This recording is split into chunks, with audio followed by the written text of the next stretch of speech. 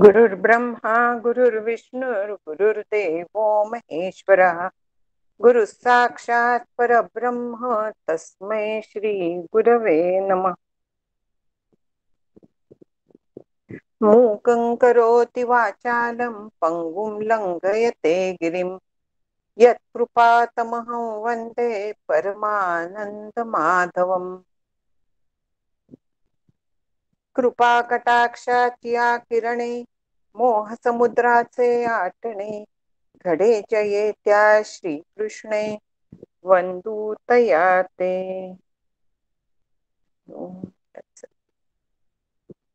आपला ध्यानदीप चाललाय आता.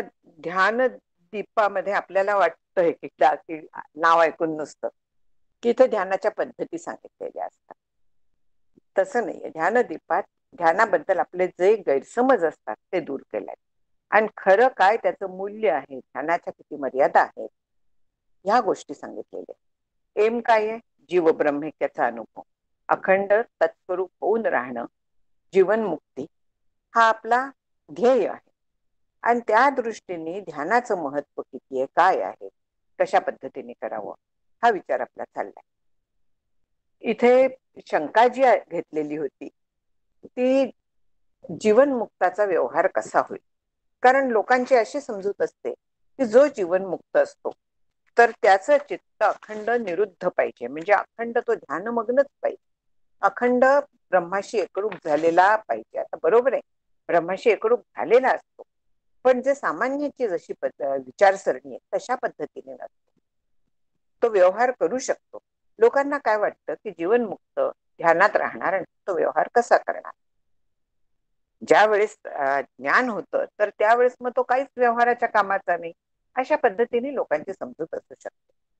ही सगळी आपण पाहिलं की आजवर तृप्तिदीपात पण ध्यानदीपात पण या समजुती दूर करण्याचा प्रयत्न केलेला आहे ग्रंथकर्त्यांनी. तर इथे तेच सांगितलंय की जरी ज्ञान झालं तरी व्यवहाराच्या साधनांचा नाश होत नाही. आपल्याला व्यवहाराचं साधन हे देह आहे, मन बुद्धी आहे, बाकी सगळे जगातले पदार्थ आहेत. यातल्या कुठल्याही गोष्टींचा नाश होत नसतो. या सगळ्या गोष्टींचा बाध होतो हे महत्वाचं आहे. जीवनमुक्ताच्या बाबतीत त्यांचा बाध होतो, नाश कुठेही होत नाही. आणि त्याचप्रमाणे जो ज्ञानी असतो तो अखंड ध्यानमग्न नसतो. त्याचं जे ध्यान असतं तर त्याला आपण बाध समाधीतलं ध्यान म्हणूया, बाधाचं ज्ञान म्हणूया, किंवा त्याचं चित्ताचा असा दृढ निश्चय असतो आपल्याला जसा जगाच्या बाबतीत हे सत्य आहे किंवा याचा मी भोग घेते अशा पद्धतीने कुठलाही संशय नसतो. तसा ब्रह्मज्ञानाला मी ब्रह्म आहे ह्याबद्दल कुठलाही संशय उरलेला नसतो. ती त्याची सहज स्थिती झालेली असते.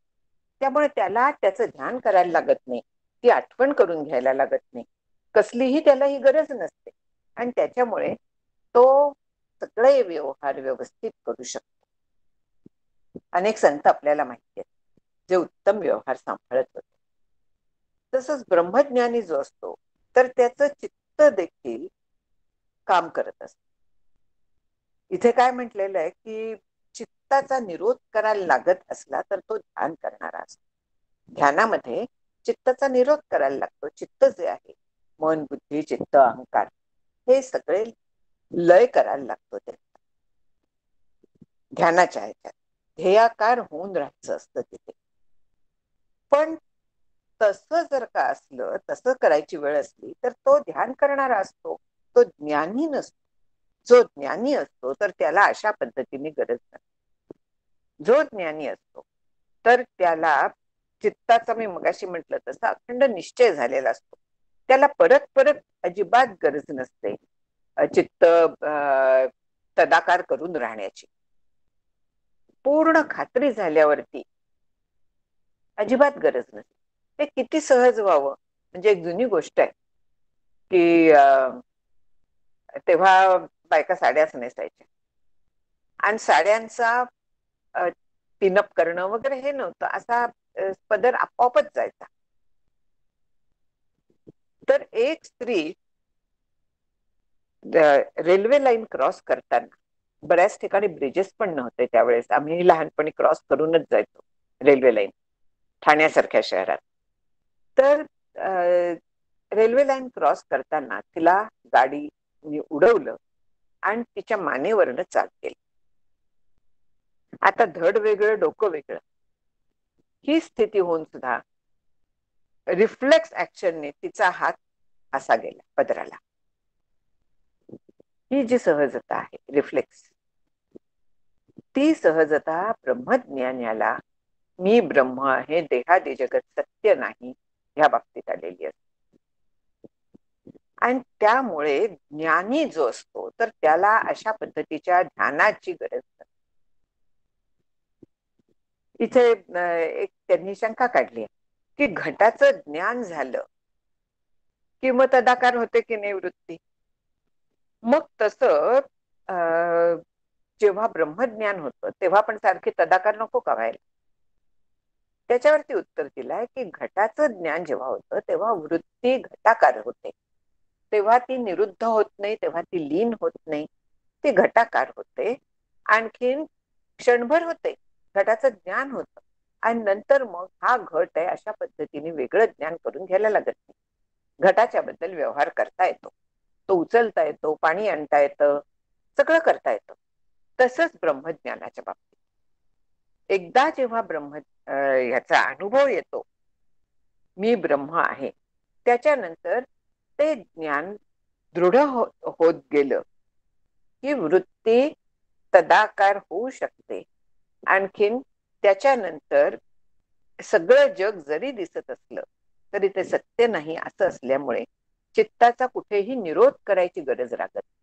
निरोध म्हणजे चित्त पूर्णपणे लय करणं, निरुद्ध करणं म्हणजे त्याचा सगळा व्यापार थांबवणं, याची कसलीही गरज पडत नाही.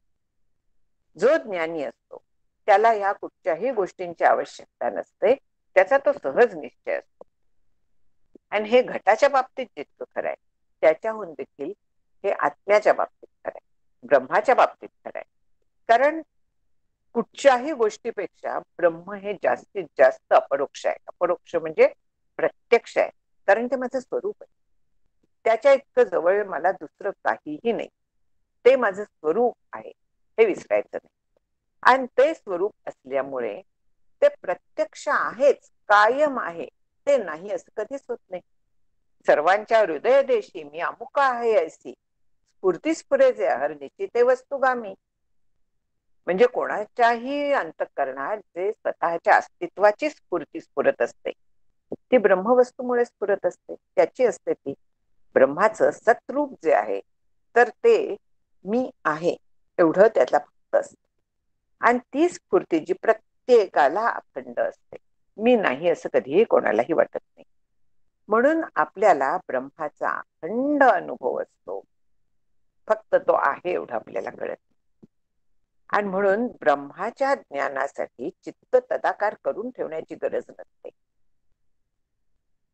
असं जे ब्रह्मज्ञान आहे तर त्याच्यासाठी चित्त तदाकार करायची, निरोध करण्याची ह्याची कसलीही गरज नसते. सगळा व्यवहार सांभाळत आपल्याला राहता येतं. आता शंका आणखीन घेतली की ब्रह्म जाणणारी बुद्धिवृत्ती क्षणिक असते, याचा अर्थ क्षणिक विज्ञानवाद नाही इथे, तर तो अनुभव क्षणभर येतो. आपल्याला जर का वाटत असलं की तो अनुभव वर्षभर येईल, मग मी काय करीन वगैरे, असलं काही होत नाही. क्षणभर, 2 क्षण इतपतच अनुभव येतो, अर्धा क्षण. म्हणून म्हटलेलं आहे की मग ती क्षणिकच आहे, मग पुन्हा पुन्हा ती ब्रह्माकार नको का करायला. म्हणजे मग पुन्हा ती निरोधाची गरज आहे, चित्तवृत्ती सगळ्या बंद करण्याची गरज आहे, सगळे व्यापार चित्ताचे बंद करण्याची गरज आहे. तर त्याच्यावरती उत्तर दिलेलं आहे की जसं घट वगैरे क्षणभर ज्ञान होतं, क्षणभर तदाकार होते वृत्ती, आणखीन आपल्याला ज्ञान होऊन जातं, पुन्हा पुन्हा गरज नसते. तसंच आत्मज्ञानाच्या बाबतीत आहे. ज्ञान जे आहे तर ते टिकतं, मग पुन्हा आपल्याला मुद्दाम जाणीवपूर्वक करायची गरज नसते. एकदा ते दृढ झालं की मग प्रश्न येत नाही. त्याच्यावरती पुन्हा आक्षेप घेतलाय की हा घट एकदा निश्चय झाला की तो निश्चय करणारी बुद्धी निवृत्त होते. पण तरीही घटाचा व्यवहार करता येतो. त्याला उत्तर दिलंय की आत्म्याच्या बाबतीत पण तसंच होतं. कारण हा आत्मा मी ब्रह्म असा एकदा निश्चय झाला की आत्म्याबद्दल व्यवहार होऊ शकतो. म्हणजे त्याच्याबद्दल बोलता येतं, परत ध्यान करता येतं, विचार करता येतो, सगळं करता येतं त्याच्याबद्दल, म्हणजेच व्यवहार करता येतो. मी ब्रह्म आहे, मी आत्मा आहे, हा असा निश्चय जरी सतत बुद्धीला करायचा, तो विचार बुद्धीत ठेवायची नंतर गरज राहत नाही. पण तरी देखील एकदा आत्मा आहे हा दृढ निश्चय झाला की नंतर व्यवहारामध्ये त्याच्याबद्दल बोलणं, त्याच्याबद्दल मनन करणं, परस्परात चर्चा करणं, ह्या सगळ्या गोष्टी होऊ शकतात. पुढे जे म्हटलेलं आहे की शंकाच घेतली की ध्यान करणारा ज्ञानी तर जगाला विसरतो. मग तुम्ही काय म्हणता की जगाला विसरत नाही, सगळा व्यवहार करतो. हे ध्यानाचा आपल्या मनात क्लिअर व्हावं, व्हॅल्यू काय रोल आहे त्याचा ते आपल्याला कळावं, उपयोग किती आहे, ह्या दृष्टीने हे प्रश्नोत्तर चाललेली आहेत. की ध्यान करणारा ज्ञानी जगाला विसरतो असं म्हणतात ते. त्याच्यावरती सांगितलं की बरोबर आहे, उपासक जो असतो, ध्यानोपासक जो असतो, तर तो जगाला विसरतो ध्यानकाळी. तसाच ज्ञानी सुद्धा ध्यानाच्या वेळेस विसरत असला तर विसरून दे. ते जे विसरणं आहे ते ध्यानाच्यामुळे, ते ज्ञानामुळे नाहीये. ज्ञानी जो आहे तर त्याला ज्ञान ही सहज स्थिती झालेली आहे. तिथे त्याला त्याच्यासाठी वेगळं ध्यान करायला लागत नाही. पण त्याला इच्छा झाली तर तो ध्यान करतोही, आणि ध्यान केलं तर ब्रह्माकार त्याची वृत्ती होईलही, पण ती ध्यानामुळे होते.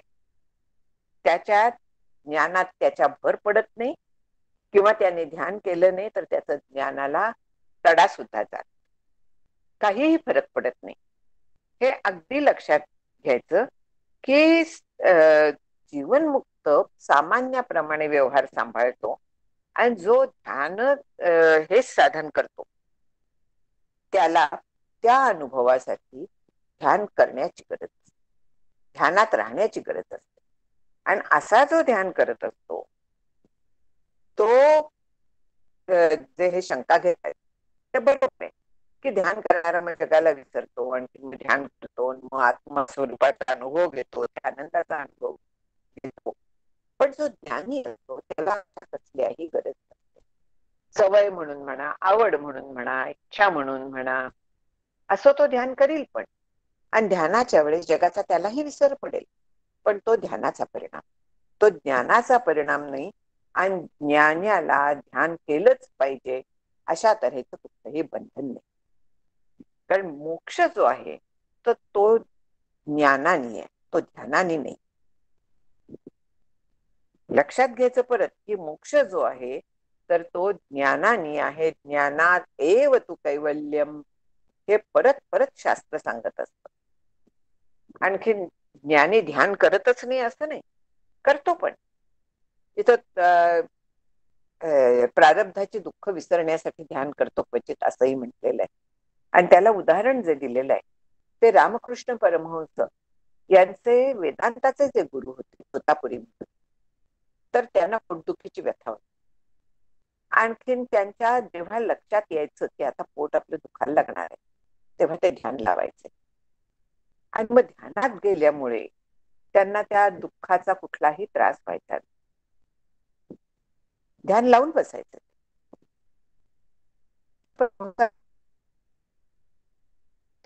विचारलं की मग तुम्ही मातेला का नाही सांगत, तिला का नाही शरण जात, आईला? त्यांना काही ज्ञानाच्या बद्दल एवढा हा नव्हताच प्रेम. मग शेवटी परमहंसांच्या सांगण्याप्रमाणे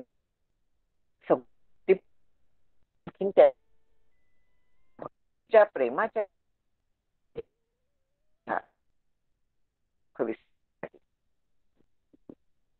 भक्तीचा आहे हा, भक्तीची मोठी आवाज खूप ब्रेक होतोय. आता काय करू? ओ हे आहे, मला वाटतंय मी हे बंद केलं तर चालेल का? काय म्हणायचं? व्हिडिओ का? व्हिडिओ. चालेल. रेंज कमी दिसते मला. व्हिडिओ बंद हा करा. व्हिडिओ माझा व्हिडिओ कमी करून बघा. ऑडिओ हा ठेव. बंद करून ट्राय करून बघा.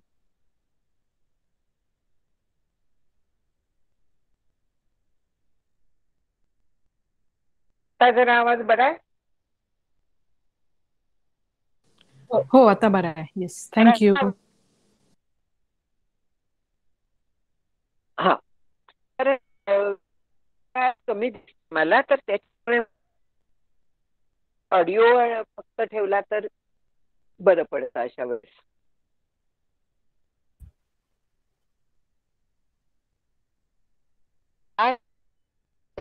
तो तो अशा कारणाने करू आणि ध्यान केलं नाही तर ज्ञाना काहीही पडत. त्याच्यावरती परत शंका घेतली की त्यांनी जर ध्यान केलं नाही तर तो जगामध्ये त्याचं चित्त पांगणार, तो जगातले सगळे व्यवहार करत बसेल, त्याचं चित्त इकडे जाईल. त्याच्यावरती उत्तर दिलंय की गेलं तर काय बिघडलं, जाऊन त्याचा आतला निश्चय जो तो दृढ असतो, तो सगळ्यात महत्त्वाचा असतो. हेच जीवनमुक्ताचं लक्षण आहे. ते तरी ही बात येते. आत्मस्थिती जी असते तर ती तशीच असते. आणखी त्याला माहिती असतं की माझी इंद्रिय काम करतायत, माझं मन काम करत.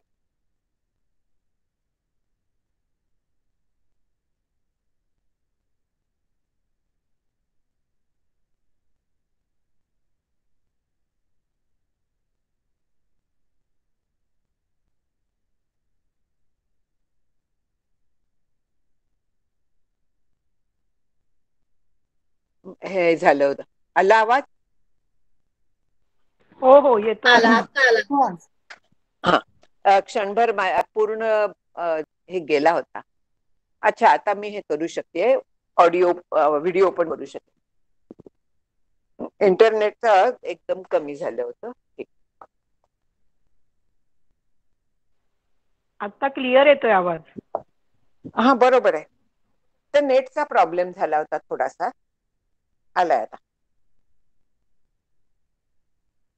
म्हणून आत्मस्थितीला का लागत नाही, त्याचं जे काय व्यवहार चालतो तर तो इंद्रिय जी आहे तर ती मी आत्मा आहे, माझ्या ह्याच्यावरती आत्म्याच्या सत्तेवरती सगळी इंद्रिय काम करतायत. सगळा जो व्यवहार चाललाय तो त्याच्या सत्तेवर चाललाय, ही त्याची खात्री असते.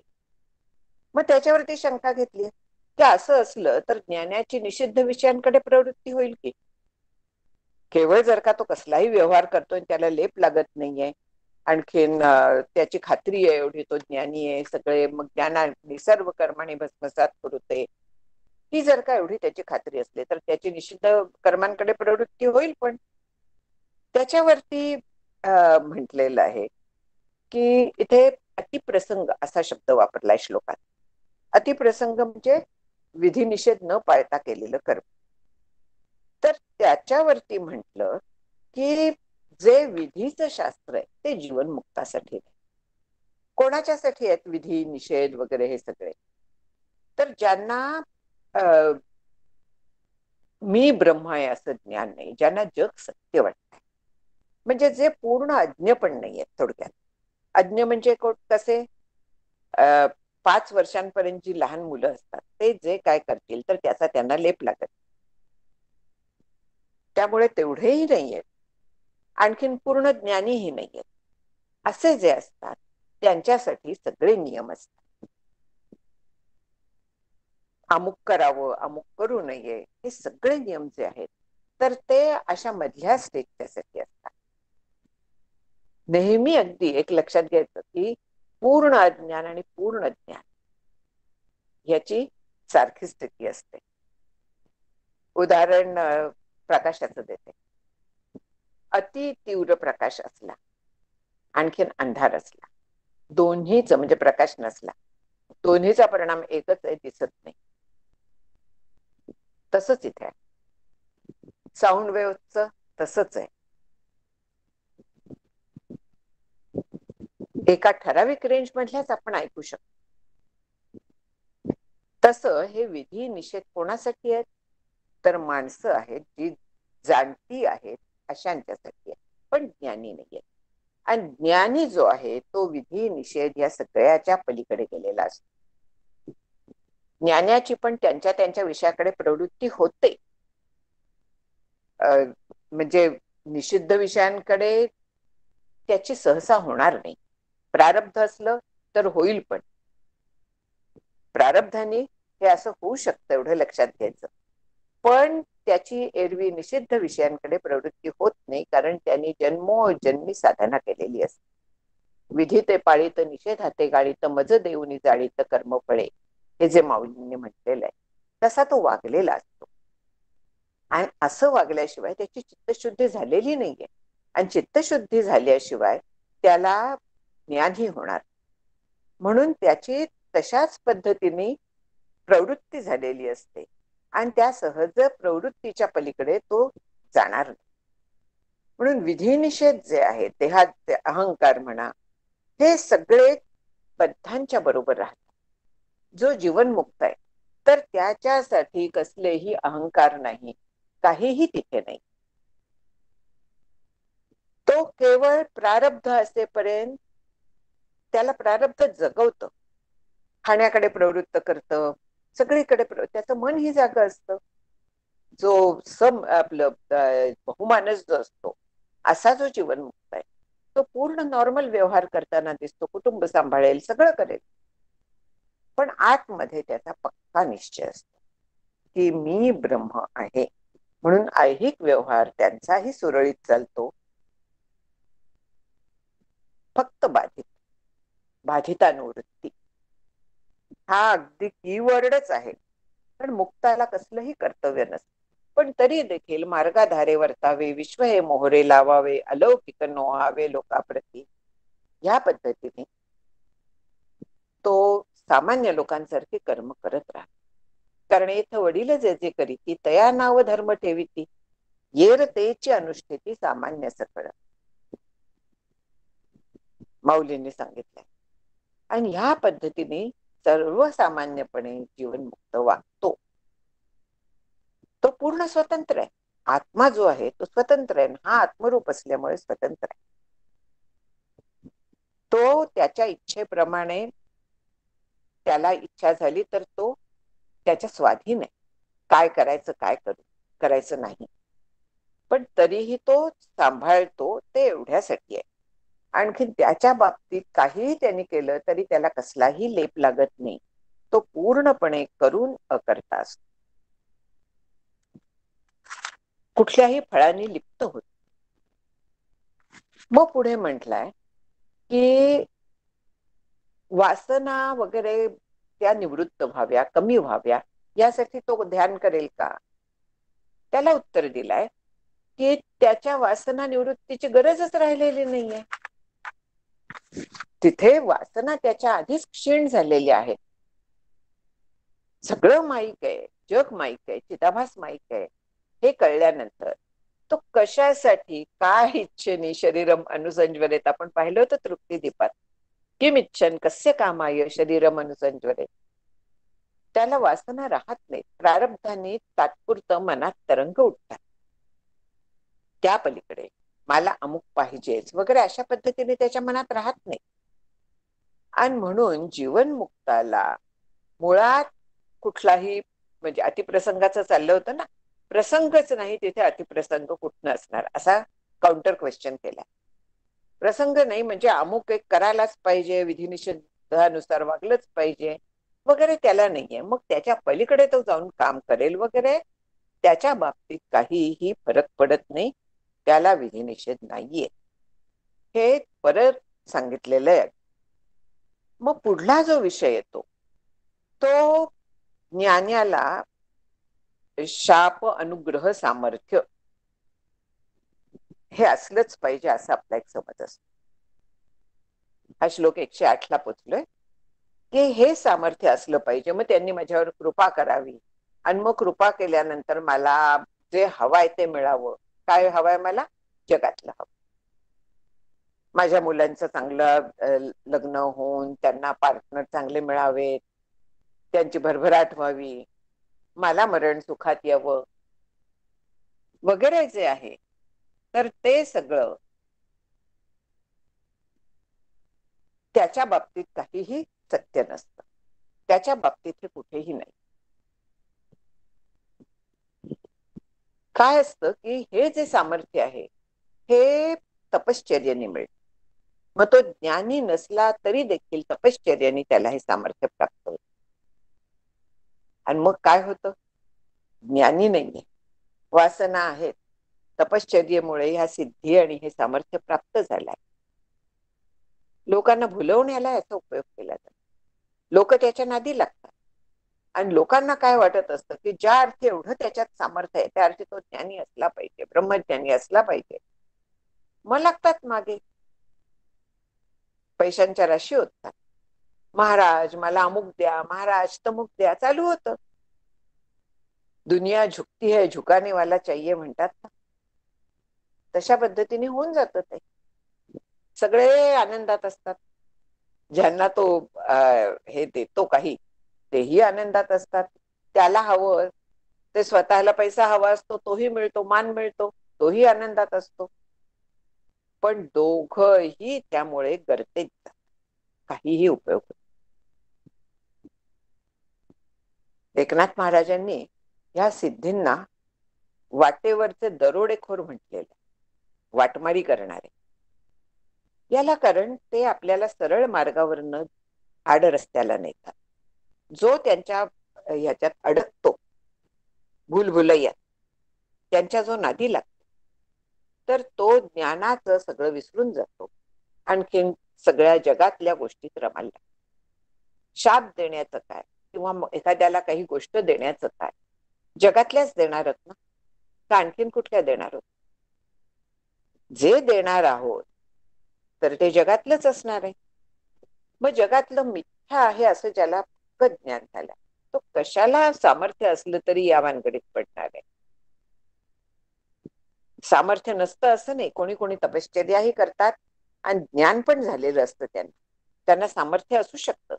व्यास वगैरे अनेक त्याच्यात पूर्वीचे ऋषी, गोंदवलेकर महाराजांच्या सारखे, त्यांना हे सामर्थ्य पण होतं, तपश्चर्याचंही सामर्थ्य होतं आणि ज्ञान पण होतं. पण त्यांनी तपश्चर्याच्या सामर्थ्याचा अशा पद्धतीने उपयोग लोकांना भुलवण्यासाठी कधी केला नाही, कारण ते ज्ञानी पण. म्हणून एक अगदी लक्षात ठेवायचं की जो कोणी आपल्याला पैसे मागेल, एवढे दिलेच पाहिजे वगैरे वगैरे, त्याच्या नादी लागू नये म्हणतात. निस्पृहता पाहिजे. गुरुलक्षण हा समास पहा दासबोधातला, त्याच्यावरून आपल्याला अंदाज येतो. म्हणून हे जे ज्ञान आहे, तपश्चर्याने येणारं जे सामर्थ्य आहे, त्याला समर्थांनी हे ज्ञान नव्हे असं बहुधा ज्ञान निरूपणात सांगितलेलं आहे. पहावे आपण असे आपण या नाव ज्ञान, बाकीची सगळी अज्ञानात मोडतात. मग जरी ती कितीही असली, क्षणात उत्तर देता येत असलं, सगळं असलं, तरी देखील ती भ्रमज्ञान आहेत. ती खरं ज्ञान पहावे आपण असे आपण या ज्ञान, या नाव ज्ञान, बस तेवढं एकच आहे. आणखी मुमुक्षुनी निश्चितपणे ह्या गोष्टींपासून लांब राहा. गोंदवलेकर महाराज पण म्हणायचे ना नेहमी की लोक येतात ते हिंगजिऱ्यासाठी येतात, केशर कस्तुरी रूपी जे आत्मज्ञान घेऊन मी बसलोय त्यासाठी कोणी येत. खंत आहे ही संतांना, फार खंत असते की जे द्यायला बसतोय, यारे यारे लहानच पोरं म्हणून तुकाराम महाराज म्हणतात, जे द्यायला बसलोय ते न मागता काय तुम्ही मागताय? जगातल्या गोष्टी ज्या नाशिवंत आहेत, ज्या कधीतरी जाणार आहेत, असल्या गोष्टींच्या साठी कशाला जायचं, कशाला धावायचं? ठीक आहे, आपल्याला खायला प्यायला म्हणजे ज्या अन्न वस्त्र निवाऱ्यासारख्या ज्या गोष्टी असतात त्या इसेन्शियल आहेत.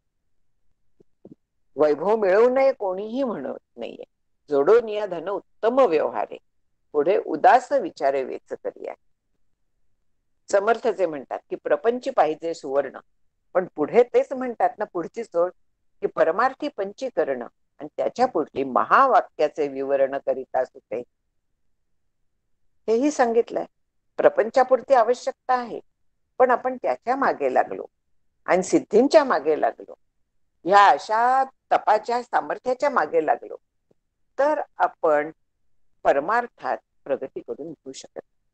आणि जे चौथा पुरुषार्थ आहे, मोक्ष हा आनंद रूपता येणं, हे मग मिळणार नाही आपल्याला. हे फार महत्वाचं आहे. तपश्चर्या वगैरे उपनिषदात पण सांगितलेले आहे. ज्यांना ते हवं असलं तर ते जातात तिकडे, पण अशा तपश्चर्याच्या संदर्भात अनेक आधुनिक पण होऊन गेले. आणखीन त्यांच्या मार्फत कधी कधी ईश्वर चमत्कार करून घे. एक लक्षात घ्यायचं, चमत्कार होत नाही तसं नाही, चमत्कार होऊ शकतात. माझे श्रीगुरु नेहमी सांगतात की चमत्कार जे होतात ते ज्याच्याबद्दल चमत्कार झालाय, ज्याच्या बाबतीत आणि ज्याच्या मार्फत झालाय, त्या दोघांच्यात मर्यादित. ते कधीही 10 लोकांच्यात सांगायला जाऊ नये. चमत्कार अवश्य होतात, पण ते तेवढ्यापुरते मर्यादित. काही प्रसंगामुळे ईश्वराने सामर्थ्य दाखवायला ईश्वराला इच्छा झाली म्हणून त्यांनी ते श्री गुरूंच्या माध्यमातनं किंवा कोणाच्या तरी माध्यमातनं घेऊ नये. याचा अर्थ काय आहे की माझी साधना व्यवस्थित, ईश्वराला मला या संकटातनं सोडवायचं होतं. का? माझं चित्त त्याच्या ठाई जडावं, दुसरं काही कारण नाहीये. तर माझं चित्त तिथे राहावं, निर्धोकपणे राहावं, यासाठी त्यांनी हा चमत्कार केला. संपलं. चमत्कार जो झाला तो जगातल्या गोष्टींबद्दल झाला. हा देह, माझं घर, कुटुंब ह्याच्याबद्दल झाला. जो काय चमत्कार असला झाला असेल तर तो नाही अध्रुवेन प्राप्यते ही ध्रुवम तत्, हे लक्षात घे. ते सगळं नाशिवंत आहे आणि त्यांनी जे ध्रुव म्हणजे शाश्वत तत्व आहे त्याची प्राप्ती होणार नाही. म्हणून चमत्कारांच्या मागे कधीही लागू नये. गजानन महाराजांची जी पोथी आहे ना, ती एकदा मग मी वाचली की लोक पारायण करतात, बघावी आपण काय आहे. आणि मला ती आवडली. याला कारण एक खूप महत्वाचं आहे. त्याच्यात दासगणू महाराजांनी जे जे तिथे चमत्कार, खूप चमत्कार सांगितले आहेत, ते खरं आहे, पण ते सगळे चमत्कार का घडले याची कारण मीमांसा दिली, ती महत्वाची आहे. लक्ष त्या कारण मीमांसेकडे आपलं जायला पाहिजे. म्हणजे असा तो वागत होता म्हणून त्याच्याबद्दल चमत्कार घडला. कोणालाही उठसूट चमत्कार घडतात असं नाही, ईश्वर सगळ्यांना असं करतो असं नाही, तर काहीतरी विशिष्ट कारण असतं आणि त्यासाठी चमत्कार ईश्वर करून आणतो. पण ते कधीही सांगायचे नसतात, ते स्वतःपुरते मर्यादित असतात आणि ते तेवढेच असणार आहे. याला कारण ते काहीतरी उद्देशाने ईश्वराकडनं घडलेले असतात, गुरूंच्या मार्फत किंवा एखाद्या ज्ञानाच्या मार्फत घडलेले असतात आणि ते दोघांच्या पुरते मर्यादित असतात. म्हणून तप जर का असलं तर सामर्थ्य ज्ञान होऊ शकतं, एका ठिकाणी नांदतात. असा जो असतो सामर्थ्य संपन्न असला तरी सहसा उपयोग करत नाही आणि निस्पृह असतो. पुढला प्रश्न आहे की सामर्थ्य आहे आणखी विधीप्रमाणे वर्तन मात्र करत नाही, असा ज्ञानी असला तरी लोक निंदा करतील. मग लोकांच्या निंदेचा विचार केला तर जे पामर विषयी वगैरे अशा पद्धतीचे जे असतात, पामर म्हणजे जे विधिनिषेध न बघता वाटेल तसे वागतात, ते विधिनिषेध सांभाळणारे जे असतात त्यांचीही निंदा करतात. बरं, बाकीचे लोक जे विधिनिषेध पाळत नाहीत अशांची पण निंदा करतात. म्हणजे जगात ह्या निंदे वाचून कोणीही कधीही वाचलेला नाही. नावं ठेवणं हा लोकांचा आवडता कार्यक्रम असतोय आणि त्याच्यामुळे त्याच्यातनं कोणीही कधीही सुटलेला नाही. प्रत्यक्ष भगवंत सुटलेले नाही. तिथे आपली काय कथा अगदी साध्या गोष्टी असतात की मी क्लिनिक बंद केलं. मला लोकांनी विचारलं कितीतरी की एवढं छान चालणार तुम्ही बंद करून टाकलं, मग आम्हाला दुसरीकडे कुठे आता जाऊ आम्ही? म्हणजे प्रत्येकाच्यात काय असतं, आपला स्वार्थ असतो. दुसरं सुरू झालं होतं पण विश्वास असतो हा. आणि एवढं चांगलं चालणारं तुम्ही बंद करताय म्हणजे पैशाला तुम्ही नाकारताय. तर याच्या उलट कोणी म्हणालं अगदी योग्य केलं, किती काळ करत बसणार? म्हणजे लोक दोन्ही बाजूनी बोलत असतात. आपल्याला जे योग्य वाटेल ते करावं. निंदा काहीही केलं तरी माणूस करणारच आहे. परमार्थाची टिंगल करणारे पण असतात आणि परमार्थाला सर्वस्व मानणारे पण असतात. केवळ भोग पाहिजे म्हणणारे असतात आणि भोगांना नावं ठेवणारे पण असतात. पण सगळ्या पद्धतीने निंदा म्हणा, चेष्टा म्हणा, नावं ठेवणं, संशय वाटणं की हे कशावरनं खरं आहे वगैरे अशा तऱ्हेचे संशय, किंवा एखादा जर का मान मिळतोय पाहिलं तर मत्सर वाटणं, हे समाजाचा स्वभाव असतो. म्हणून तिथे कोणीही काहीही जरी म्हटलं तरी शेवटी आपल्याला आपलं कल्याण करून घ्यायचं आहे, आपल्याला आनंद रूपवायचा आहे, आपल्याला शांती, तृप्ती, निर्भयता, समाधान हे सगळं पाहिजे. मग त्यासाठी आपल्याला विचार करायलाच पाहिजे. आणि विचार करायचा म्हणजे कुठला विचार? आत्मानात्म विचार, आत्मानात्मविवेक. तो केल्याशिवाय ज्ञान होत नाही. ते ज्ञानाचं सगळ्यात अंतरंग साधन आहे.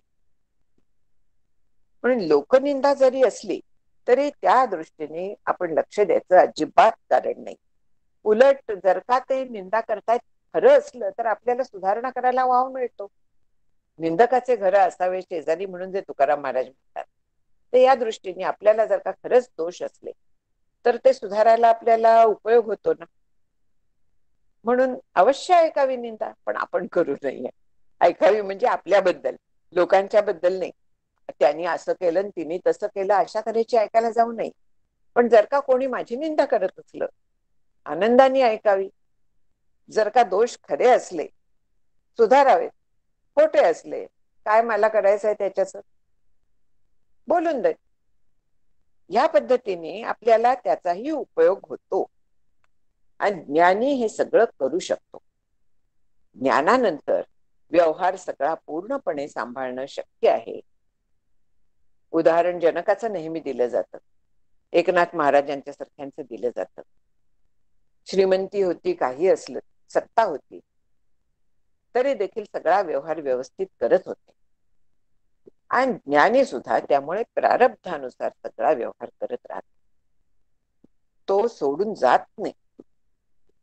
व्यवहार करेल, ध्यान करेल, उपासना करेल, पूजा अर्चा करेल, सगळं करेल प्रारब्धानुसार, आवडीनुसार असं करत राहील. पण जो केवळ उपासक आहे त्यांनी ध्यान करत राहावं. केवळ जो उपासक आहे, ब्रह्मोपासक असेल तर त्यांनी ध्यान करावं. कारण विचार न करता जर का तो ध्यान करत राहिला आणि तेवढ्या पुरता त्याला ब्रह्मानुभव येत असला आणि नंतर तो विसरत असला तर दृढीकरणासाठी त्याला ध्यानाची आवश्यकता असते. जेव्हा म्हणून शक्य होईल तेव्हा त्याने ध्यान करावं. ज्ञानी झाल्यानंतर गरज नाही. आणि हे आपल्याला कसं कळतं? गळून पडतं. नाहीतर आपणच ठरवायचं की आता मी ज्ञानी आहे, मला उपासनेची गरज नाही, मला ध्यानाची गरज नाही. ते चूक आहे. ते कधी गळतं हे आपल्याला सुद्धा कळणार. आणि सवयीने जर का ध्यान करत असला करत राहील. पण ज्याला ज्ञान झालेलं नाही, दृढ अपरिवर्तन, त्यांनी मात्र ध्यान, नाम, नामाचं ध्यान हे सगळं करावं. ह्या दैवतांची जी भावना ध्यानामध्ये ब्रह्म म्हणून करावी अशा पद्धतीने त्यांनी ध्यान करत राहावं. म्हणजे त्यांनी ब्रह्म उत्पन्नही नाही होणार, पण त्याचा अनुभव येऊ शकतो, कारण चित्त तिथे लय पावतो. म्हणून ब्रह्माचा अनुभव येऊ शकतो. कारण ब्रह्म जे आहे ते करणाऱ्याच्या इच्छेवरती अवलंबून नाही. पण जर का ध्यान केलं, ध्यान लागलं, तर ब्रह्म तिथे आहेच, ते आणायला लागत नाही कुठनंही. म्हणून ध्यान करायला काहीही कारण नाही, प्रश्न नाहीये.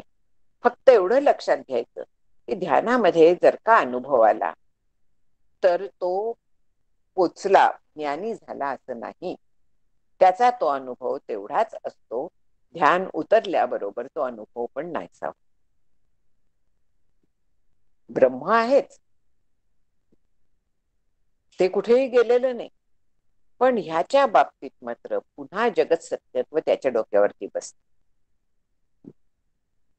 ध्यानामध्ये सगुणाचं ध्यान, ध्यान उतरलं, देवता जाते, प्रत्यक्ष दर्शन सुद्धा होतात. अनुभव असतील अनेकांना की जेव्हा आपण त्या भावाने, अगदी भाव एकवटून त्या देवतेची पूजा अर्चा वगैरे काही करू, ध्यान करू, देवतेचे दर्शन होऊ शकतात. पण तो भाव गेल्याबरोबर, भाव तितका देव नि भाव तेवढा असेलच तोपर्यंतच देव, तेवढा भाव कमी होताच देव जातो. म्हणजे जे येतं जातं ते सत्य नाही, हे विसरायचं नाही. सत्य काय आहे? सत्य फक्त ब्रह्म आहे, तो कधीही नाही असं होत. म्हणून आत्मा अखंड आहे आणि देवतेवरती हे वृत्ती ज्ञान ते येतं जात. म्हणून ब्रह्म जे आहे तर ते कुठच्याही प्रमाणावरती अवलंबून नाहीये. पण ध्यान मात्र प्रमाणावरती अवलंबून, ध्यान पद्धतीवरती अवलंबून. जसं करू तसं त्याचं फळ मिळणार आहे. यो यद इच्छति तस्य तत्. ज्या पद्धतीने ज्याच्यासाठी तो ध्यान करेल तर त्याला ते मिळतं. योगशास्त्रामध्ये अशा पद्धतीने हे केलेलं आहे की अमुक वरती धारणा केली तर अमुक अमुक ज्ञान होतं. ते सगळं जगातलं ज्ञान आहे. मग मंगळावरती जाता येतं, आणखी चंद्रावरती जाता येतं, काय त्यांनी फायदा होणार आहे? तेच एकाग्रतेचा जो मिळवलेला आहे तो ब्रह्माच्या ध्यानाकडे लावला तर जीवनमुक्ती मिळेल, आनंद रूपता मिळेल. बाकी ह्या गोष्टींनी काय मिळणार आहे? सगळंच नाशिवंत आहे. म्हणून त्या ह्याच्यात कुठेही जायचं नाही. ज्ञानी काय, उपासक काय, ब्रह्म जे आहे ते सगळ्यांच्यासाठी एकच आहे. मग त्याच्यावरती एक तिरका प्रश्न विचारलाय की पामर माणसं, आणखीन पशूंसारखे तिर्यक योनीतले प्राणी, यांना ब्रह्मत्व नाहीये का? फक्त उपासक ज्ञानी वगैरेंना आहे? त्याच्यावरती उत्तर आहे की उपासक हा साधक म्हणून श्रेष्ठ आहे, प्रश्नच नाहीये. पण ब्रह्मदृष्टीने विचार केला तर उपासक काय किंवा पामर काय, त्यांना कोणालाही अखंड ब्रह्माचं ज्ञान नाही. तिथे फक्त ते ज्ञानाला आहे. उपासक प्रयत्न करून मुमुक्षुत्व जर का मिळालं त्याला आणि तसे प्रयत्न करत राहिला तर तो पण ज्ञानी होऊ शकतो. पण जर का त्याने प्रयत्न केले नाही तर तो त्याच लेव्हलला राहतो. त्याला पुढे गती मिळते चांगली, हे बरोबर आहे. पामर माणसापेक्षा त्याला गती मिळेल हे अगदी खरं आहे. पण जीवनमुक्तीचा जर का सुख पाहिजे असलं तर उपासकाला ते मिळत नाही, किंवा मिळालं तर ध्यान लागलं तर तितक्या पुरतं मिळतं, त्याच्या पलीकडे मिळत. म्हणून परमार्थात जे तारतम्य सांगितलेलं आहे तर ते असं सांगितलंय की जे अगदीच पामर असतात त्यांच्यापेक्षा जे विधिनिषेध पाळून कर्म करत असतात ते श्रेष्ठ असतात. त्याच्याहून सगुणाची उत्तम उपासना करणारे जे असतात ते श्रेष्ठ असतात. आणि त्याहून सुद्धा निर्गुणाची उपासना करणारे जे असतात ते श्रेष्ठ असतात. आता सगुणाची उपासना जी आहे तर त्याची देखील अतिशय सुंदर उपासना करणारे लोक, अतिशय सुंदर असते. म्हणजे त्या उपासनेतनं आपण निर्गुणाच्या उपासनेपर्यंत आणखी निर्गुणाच्या ज्ञानापर्यंत जाऊ शकतो. कशी करायची ती? एक तर आपलं उपास्य दैवत आहे ते ब्रह्म आहे ही भावना पाहिजे, ही पक्की भावना पाहिजे. आणि मग तो जो आपलं उपास्य दैवत आहे ते तिथे प्रत्यक्ष आहे, जिवंत आहे. ह्या पद्धतीने त्याची उपासना केली पाहिजे. ध्यान म्हणा, पूजा म्हणा, कुठच्याही गोष्टीच्या वेळेस ते तिथे प्रत्यक्ष आहे, जिवंत आहे. बोलताय आपल्याशी, मी बोलतेय त्यांची, अशा पद्धतीने ती उपासना झाली पाहिजे. ती केवळ मूर्तीची केली तर अर्थ नाही, ती जड आहे मूर्ती, पण त्याच्यात चेतन तत्व आहे, आणखी ते दैवताचं आहे हे लक्षात घ्यायचं. प्रत्यक्ष तो तिथे आहे हे लक्षात घ्यायचं आणि मग ती उपासना करायची. आणि यासाठी उपासनेची म्हणजे पूजेची देखील जी पद्धत आहे ना, तर त्याच्यात जेव्हा आपण पूजेला बसतो, न्यास वगैरे सगळं जे बाकी झाल्यानंतर समोरची जी मूर्ती आहे त्या मूर्तीमध्ये आपल्या हृदयातनं देवाला काढून ते स्थापना करायची आहे. जे दैवत आहे ते आपल्या हृदयात आहे, अखंड आहे, आणि त्याची त्या मूर्तीत स्थापना करायची. आणि ती जिवंत मूर्ती त्याच्यानंतर मग त्याचं स्नान वगैरे सगळं काय पद्धतीने होईल, मग किती हळुवारपणे, किती छान, किती व्यवस्थित होईल, अशा पद्धतीने मग त्याची पूजा करायची. आणि पूजा संपली, नैवेद्य झाला, त्याचं जेवण झालं की नंतर ती मूर्ती पुन्हा आपल्या हृदयात स्थापित करायची. विसर्जन जे म्हटलंय ते कुठे करायचं? आवाहन विसर्जन वगैरे आहे ना षोडशोपचार पूजेमध्ये. म्हणून मग आवाहन न जानामी न जानामी वगैरे शंकराचार्यांच्या मानस पूजे स्तोत्रात वगैरे पण आहे. पण हे आवाहन आहे ते आपल्या हृदयातनं त्या मूर्तीमध्ये नंतर परत हे म्हणजे आपल्या बरोबर तो कायमचा, ही भावना आहे. उपासना जी आहे अशी झाली पाहिजे. आणि मग तच्चिंतनम, त्याचं अखंड चिंतन, आणि ते ब्रह्मरूपात झालं तर आपोआपच ब्रह्माचं चिंतन जातं. म्हणून मग सगुणाचे आधारे निर्गुण पावीचे निर्धारे, अशा पद्धतीने जात आहेत. पण सगुणाची केवळ ते दैवत म्हणून उपासना करणाऱ्यांपेक्षा निर्गुणाचे उपासक जे असतात ते जास्त श्रेष्ठ असतात. आता निर्गुणाच्या उपासनेचंही पुढे सांगितलेलं आहे.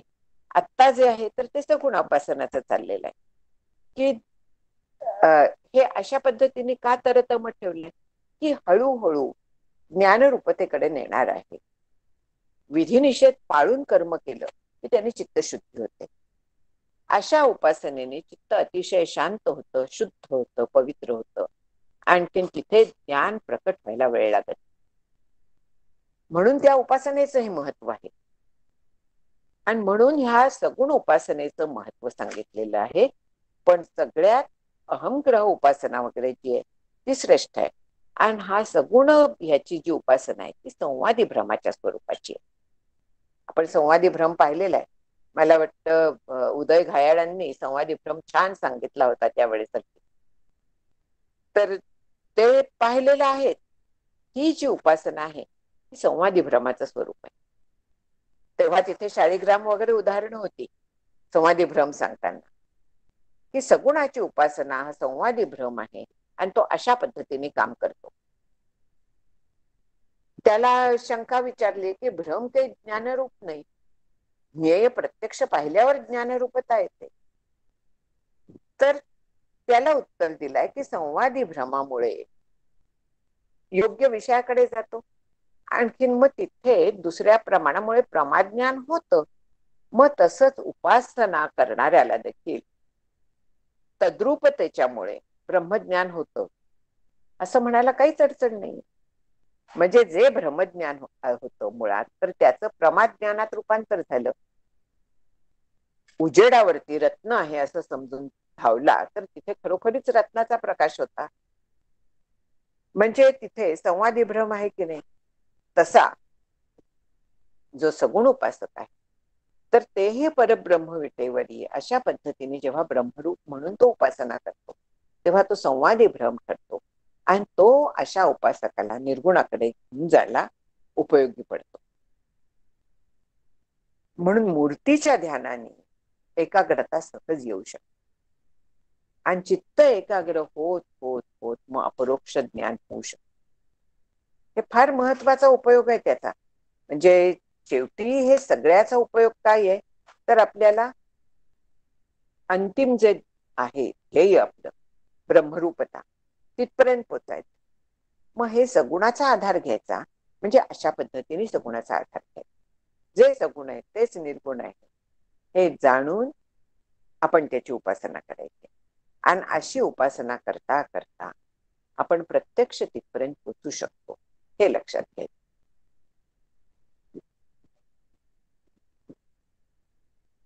आता पुढलं निर्विकल्प समाधीचं फळ वगैरे आहे, म्हणजे सगुण उपासना, निर्गुण उपासना, मग त्याच्यातनं सविकल्प समाधी असते, मग निर्विकल्प समाधी असते.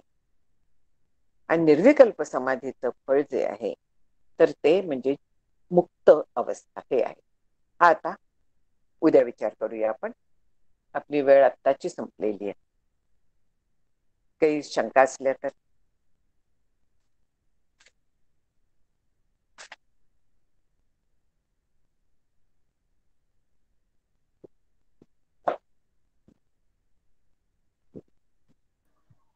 हॅलो, नमस्कार मावशी.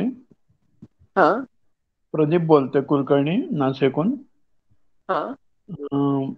मानस पूजा आपण म्हणतो तो निर्गुण उपासनेचाच भाग झाला का मग? आपण कुठची दैवताची जर का मानस पूजा करत असलो, एखाद्या दैवताची म्हणा, सद्गुरूंची म्हणा, तर ती सगुण आहे. बर. ब्रह्माची करू तर मग निर्गुण उपासना. ब्रह्माची ते आपल्या ग्रुपवरती पाठवल्या ना निर्गुण मानस पूजा. बर बर. हा, ती अगदी वेगळी आहे. बर. निर्गुणाची मानस पूजा म्हणजे कासयाने पूजा करू तुझी केशी राजा, अशी आहे ती पूजा. तिथे प्रत्यक्षात पूजाच नाहीये, तर ब्रह्मचिंतन आहे त्या पूजेत. जर का आपण पाहिलं ना, तर तिथे ब्रह्माला लेप नाहीच, निर्लेप आहे, मग त्याला गंधाचा लेप कसा लावू, अशा पद्धतीने ब्रह्माच्या गुणांचं चिंतन आहे त्या मानस पूजेत निर्गुणाच्या. म्हणजे मग सगुणोपासनाच झाली ती. म्हणून ते लेप लावता येत नाहीये, कारण ते ब्रह्म आहे, ते निर्गुण निराकार आहे, अलिप्त आहे, असा विचार तिथे आहे त्याच्या मागे, त्या पूजेच्या मागे. निर्गुण मानस पूजा जी आहे ना, तर त्यामुळे ते ब्रह्मचिंतन. ब्रह्मचिंतन म्हणजे ब्रह्माचा अशा पद्धतीने विचार, आणि मी ते ब्रह्म आहे. तिथे तेवढं नाहीये निर्गुण मानस पूजेत, तर फक्त ब्रह्मचिंतन आहे. आणि त्याच्या पुढली स्टेज आहे मी ते आहे. बरं, धन्यवाद.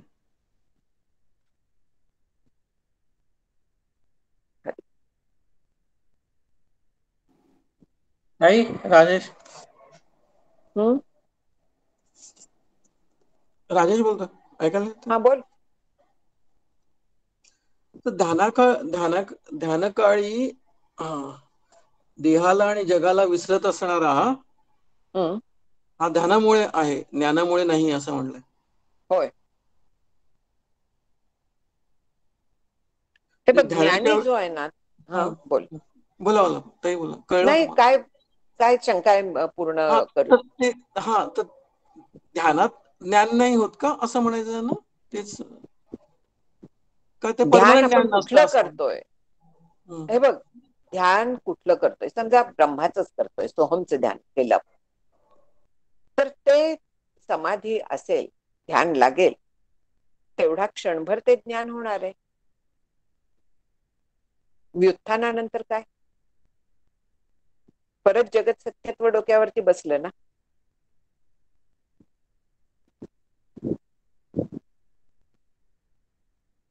हो बरोबर, पण जीवनमुक्ताचं सतत आत्माकार असतेच ना वृत्ती.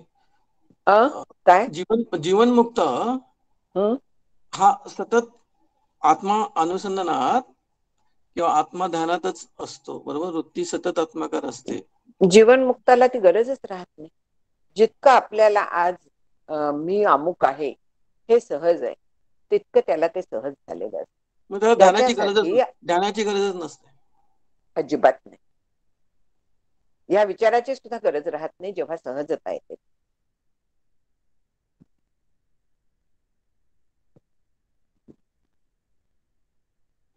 साधकाला किंवा ज्याला इथे असं पण म्हटलंय की ते आत्माकार होणारी बुद्धी क्षणभर टिकणारी असते. विज्ञानाचा संदर्भ, क्षणभर होणार ज्ञान म्हणजे बुद्धी लय होते किंवा बुद्धी आत्माकार होते, हम्म. त्याचं जसं सुषुप्तीनंतर समाधान वाटतं तसं त्याला ज्ञान झाल्यासारखं वाटत असतं. ते त्या क्षणभर असते. ह्याच्यानंतर सुषुप्तीच्या नंतरचं समाधान वेगळं असतं, छान वाटतं बस. आणि इथे पॉझिटिव्ह आनंद असतो, अत्यंत आनंदाचा अनुभव. सुषुप्तीमध्ये अज्ञानासह असतं ना, तर त्याच्यामुळे त्याच्यातनं जाग आली, छान झोप झाली की बरं वाटतं एवढंच. पण अशी समाधी लागल्यानंतर जेव्हा ते व्युत्थान होतं, तर त्यावेळी प्रचंड आनंदाचा अनुभव असतो.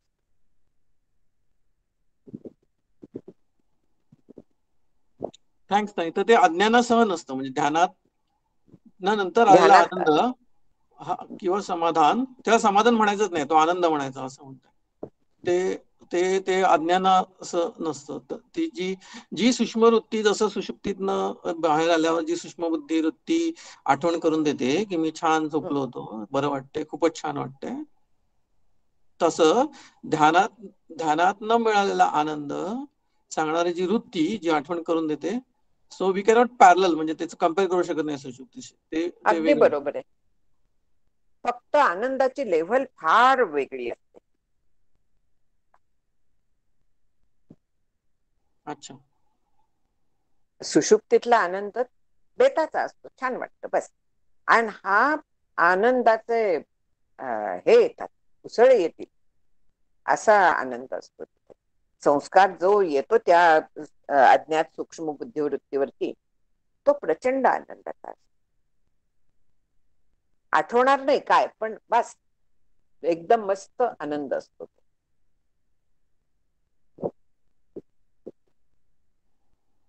म्हणजे स्पर्श करून आला असतो जिथे गंतव्यस्थानाला. स्पर्श करून आलेला असतो तो, बरोबर आहे. थँक्स. पण पुन्हा तो देह तादात्म्यात जातो, तर त्यामुळे परत पुन्हा सगळंच आठवतो तो. देह तादात्म्यात गेल्यामुळे बाकी व्यवहार करताना त्याचा आनंद, समाधान, प्रसन्नता हे टिकलेलं नसतं, ते जातं. पण ओढ लागलेली असते त्या. हा, म्हणजे असं हे सत्य आहे, संत त्यासाठी काय सांगतायत ते खरं आहे, एवढं त्याला पटतं. नाही, असं होऊ नये. ध्यानातला जो आनंद आहे तो दृढ व्हावा, यासाठी मग काय करत राहायचं? तत्वचिंतन करत राहायला लागतं, विचार करायला लागतो.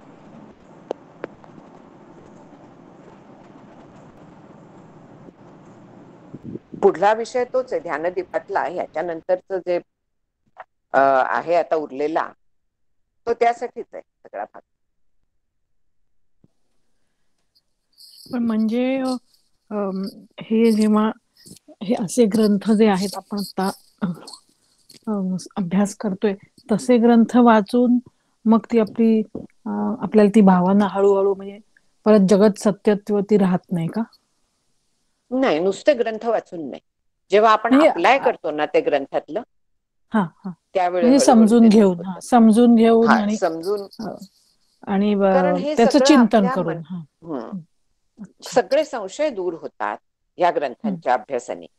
आणखी नक्की कसा विचार करायचा, का विचार करायचा, किती करायचा, कशा पद्धतीने करायचा, हे सगळं आपल्याला कळतं.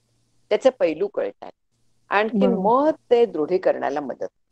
यासाठी अभ्यास करायचा, बाकी काही कारण नाही अभ्यास करायचा आपल्याला. बरोबर. पण मग एकच ग्रंथ होता पंचदशी, हा एकच ग्रंथ जर अभ्यास केला समजा का, तर तोच परत तो आपल्याला घेऊन जाऊ शकतो. पुरेसा आहे, घेऊन जाऊ शकतो तो निश्चित. अरे मनाचे श्लोक जरी फक्त अभ्यासले ज्ञानासह त्यातल्या, तरी पुरेसे आहेत. हरिपाठ, चांगदेव पासष्टी, एक ग्रंथ पुरेसे आहेत, हे सगळे अगदी. बरोबर. म्हणजे सगळं काही अभ्यासाची गरज नाही, जस्ट स्टिक विथ वन ग्रंथ. आणि मग म्हणजे त्याचं चिंतन सदैव हवं, हे मात्र त्याचं चिंतन महत्वाचं, पाहिजे, हे मुख्य आहे. आणखीन काय असतं की एकदा थोडीशी व्हरायटी आपल्याला आवडते स्वाभाविकपणे, तर त्याच्यामुळे ह्या ग्रंथात कशा पद्धतीने मांडणी बघावी असंही कोणाकोणाला वाटू शकतं. प्रत्येकावर डिपेंड आहे.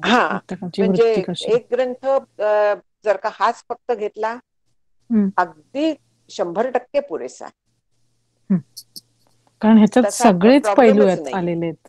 सगळेच हा, पैलू याच्यात आलेले आहेत खूप पैलू ह्याच्यामध्ये. आलेले आहेत. खूपच आहेत म्हणजे. हा, पण याच्याहून देखील आता अष्टावक्र गीता आणखीन सूक्ष्मात गेलेली आहे. अच्छा. म्हणजे असे ग्रंथ आहेतच, पण ते आवश्यक नाहीयेत, हेही तेवढंच खरं आहे. सांगितलं ना, एक मनाचे श्लोकाचे 205 जरी हे घेऊन बसलो आपण तरी तेवढे पुरेसे. बरोबर. पण चिंतन त्याच्यावर पाहिजे बेसिकली. हा, सतत ऍप्लिकेशन स्वतःला पाहिजे, स्वतःत बदल करून घ्यायचे. सद्गुरूंचं आणखीन मार्गदर्शन असावं लागतं ना, कुठला ग्रंथ हं? करावा काय तोच आपल्या काय विणाताई? सद्गुरूंनीच तो सांगितलेला ग्रंथ असावा की जो हो, आपल्याला आत्मस्वरूपापर्यंत नेऊन पोचवतो अभ्यासासाठी. असंच आहे हो, ना? असं आहे. तो आपल्याला जास्त उपयोगी पडतो, हे बरोबर. त्यांनी जो सांगितलेला असतो आपल्या मनापेनी वाचण्यापेक्षा त्यांनी जो सांगितलेला असतो तर तो आपल्याला जास्त फायदेशीर असतो. कारण आपल्या मनात काय कुठच्याबद्दल शंका आहे हे त्यांना माहिती असतं, आणि तो पैलू आपल्याला दाखवणारे ग्रंथ ते आपल्याला वाचायला. जो आपल्याला योग्य आहे हे सद्गुरूंनाच माहित असतं. ते त्यांनाच कळतं. आपली प्रकृती, आपला याच्या आधी झालेला अभ्यास, हे सगळं ते जाणत असतात.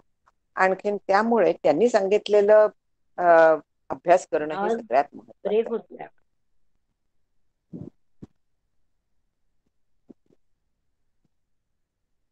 आवाज ब्रेक होतोय.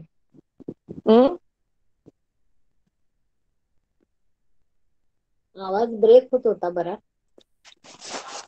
मला एक शंका होती हा, की निर्गुण उपासना हा म्हणजे हे फक्त तीव्र मुमुक्षूच करू शकतो का? म्हणजे नाही, कोणालाही करता येईल, फक्त इच्छा पाहिजे, मुमुक्षुत्व पाहिजे. कारण की आपण तृप्तिदीपातला एक जो 114वा होता त्यात असं म्हटलं होतं की तीव्र मुमुक्ष कोणताही नियम न पाळता सतत जीव ब्रह्मैक्याचा विचार करतो आणि ते फळ तिथल्या तिथे अनुभवतो. नित्यसिद्ध आणि वस्तुतंत्र फळाच्या प्राप्तीसाठी नियमांची गरज नाही त्याच्यासाठी, असं त्यांनी म्हटलंय. आता इथे वस्तुतंत्र फळ म्हणजे ते ब्रह्म म्हणजे बरोबर आहे, जीव ब्रह्मैक्यच तिथे होणार, ते फळ बरोबर आहे. मिळणार.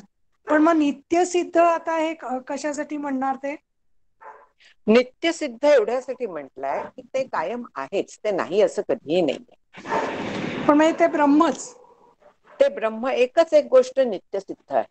बाकी सगळ्या गोष्टी सिद्ध करायला लागतात, आणायला लागतात, संस्कार्य विकार्य वगैरेच आहे ना. बाकी सगळं असं असतं जगातल्या गोष्टी. फक्त ब्रह्म असं आहे की ते नित्यसिद्ध आहे. जे ह्या कुठच्याही याच्यात. पण ते तिथे जे मुमुक्षु काहीही हे न करता म्हटलंय ते तीव्र मुमुक्षु बद्दल आहे, जे तुकाराम महाराजांनी केलं ना, की संसाराकडे दुर्लक्ष केलं.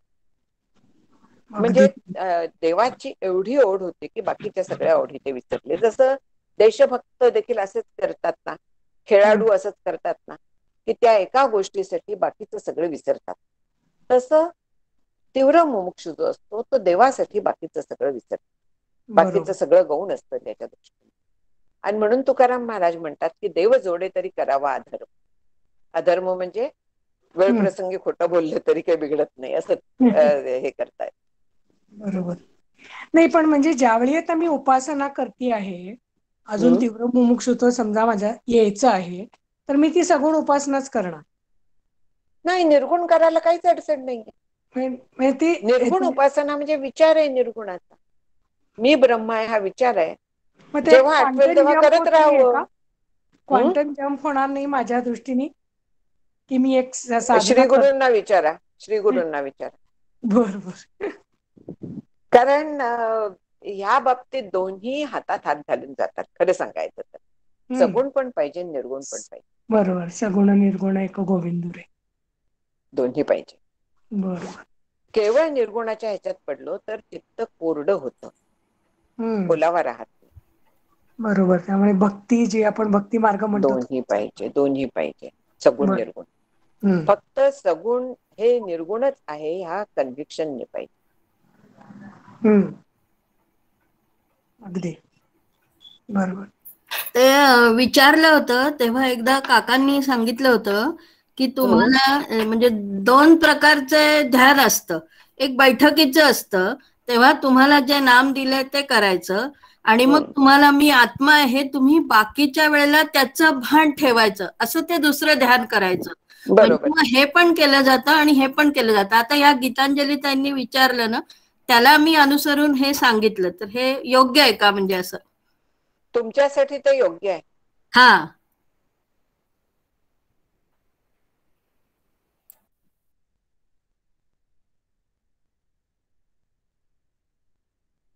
चला थांबायचं. देऊ श्लोक. हा घे. भावी पूर्ण कृपा गुरो मजवरी प्रार्थित भावे तुला वारी सर्व अरिष्ट नेऊनिलया सम्मोह जो वाढला अज्ञानांध जनाती मुक्त करुणी शांती पदी बैसवी विनती हीच असे न मागत तुझे भक्ती तुझी ही हवी. सद्गुरुनाथ महाराज की जय. श्रीराम.